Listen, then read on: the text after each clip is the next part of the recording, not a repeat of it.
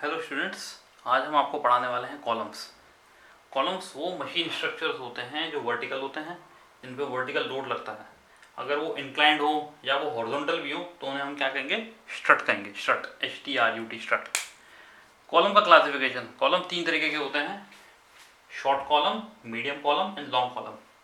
Short column वो होते हैं जिनकी length is less than 8 times the diameter, जिनकी लेंथ डायमीटर के 8 गुने से कम हो। मीडियम कॉलम वो जिसमें length is greater than 80 but less than 30D। और लॉन्ग कॉलम्स वो होते हैं जिसमें length is more than 30 times the diameter. अब कॉलम में मेन चीज आती है हमारी स्लेंडरनेस रेशो। स्लेंडरनेस रेशो क्या होता है? L/K min। अगर आपको याद हो, आपको पता होगा एक इनर्शिया चीज होती है, जड़त्व। इनर्शिया का फॉर्मूला होता है I=AK²। अब आप सोच रहे होंगे आई मीन क्या चीज होती है। आप जानते हैं कि अगर मैं एक सर्कुलर कोई क्रॉस सेक्शन लूँ, उसका ये x हो जाएगा, ये y हो जाएगा। x और y की तरफ आप देखेंगे कि इस क्रॉस सेक्शन में इस दोनों एक्सिस के अलोंग I की वैल्यू, मोमेंट ऑफ इनर्शिया की वैल्यू सेम होगी, क्योंकि ये सिमेट्रिकल है। अगर मैं स्क्वायर ले लूँ, again the same thing, x और y के अलोंग सेम रहेगी। लेकिन अगर मैं रेक्टेंगल ले लूँ तो आप ये पाएंगे कि x और y के अलोंग आपका इनर्शिया अलग अलग हो जाएगा, एक जगह कम होगा, एक जगह ज़्यादा होगा। तो कॉलम की थ्योरी ये कहती है कि इनर्शिया की वैल्यू जिसके अलोंग कम होती है, जिस एक्सिस के अलोंग कम होती है, उसके अलोंग ही कॉलम हमारा फेल होता है। इसलिए हम इसको मिनिमम इनर्शिया के लिए कैलकुलेट करेंगे। तो हम जानते हैं कि I=AK², तो minimum inertia equal to area. Area तो सेम रहेगा, चाहे आप कैसे भी देख लें, एरिया तो सेम है, लेकिन K की वैल्यू अलग होगी। K क्या होता है हमारा? K होता है हमारा रेडियस ऑफ गायरेशन। ये क्या होता है? रेडियस ऑफ गायरेशन, परिभ्रमण त्रिज्या। तो जिसके अलोंग K की वैल्यू मिनिमम होगी, उसी के अलोंग I की वैल्यू मिनिमम होगी। इसलिए हम K min निकालेंगे √I_min/A, क्योंकि A हमारा सेम होगा, चाहे x के अलोंग निकालें चाहे y के अलोंग निकालें। उससे हमारी निकलेगी स्लेंडरनेस रेशो। स्लेंडरनेस रेशो आगे काम आएगी। उसके बाद क्या होता है, जो हमारा लोड है, that is called as buckling load. Buckling क्या होता है? बकलिंग कॉलम्स के रिलेटेड टर्म इस्तेमाल की जाती है। अगर हम बीम में कहेंगे तो बीम में हम कहेंगे बेंडिंग, कॉलम में हम कहेंगे बकलिंग, जो उसका झुकाव है, जो उसका घुमाव है। तो चार केसेस बनते हैं बीम में, जैसे आप देख सकते हैं, सॉरी कॉलम में।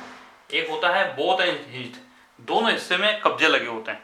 जब दोनों हिस्सों में कब्जे लगेंगे तो हमारा जो एक्चुअल लेंथ है that will be equal to equivalent length. इसमें एक टर्म आती है इक्वलेंट लेंथ, जैसा कि आप देख सकते हैं। अब दूसरे केस में क्या होता है कि हमारा जो कॉलम है वो एक तरफ तो हिंज्ड है और एक तरफ से फिक्स है, लाइक दिस, एक तरफ से हिंज और एक तरफ से फिक्स। तो जो फिक्स वाला हिस्सा होगा उसमें बकलिंग कम होगी और बढ़ते बढ़ते बढ़ते हिंज की तरफ होते हुए काफ़ी ज़्यादा हो जाएगी।